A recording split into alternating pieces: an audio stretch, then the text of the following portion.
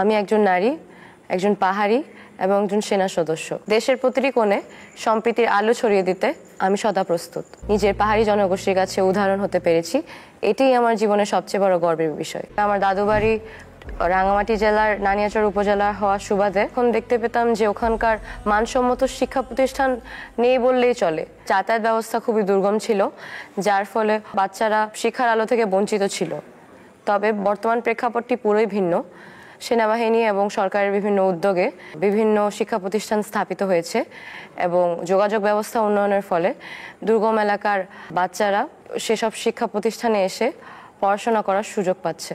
সেনাবাহিনী পরিচালিত শিক্ষা প্রতিষ্ঠানে পড়ালেখা করার সুবাদে আমি খুব কাছ থেকে সেনাবাহিনীর বিভিন্ন কর্মকাণ্ড দেখার সুযোগ পেয়েছি এবং সেনাবাহিনীর যে কর্মকাণ্ড আমাকে সেনাবাহিনীতে যোগদানের জন্য অনুপ্রেরণা দিয়েছে, সেটি হলো তাদের আত্মত্যাগী ও সাহসিকতার মনোভাব।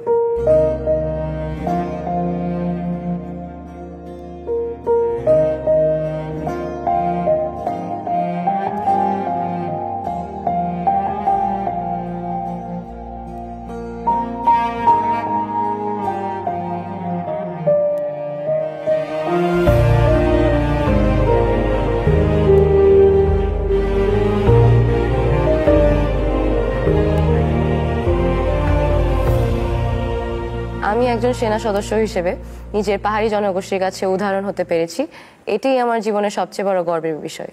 আমি একজন নারী, একজন পাহাড়ি এবং একজন সেনা সদস্য।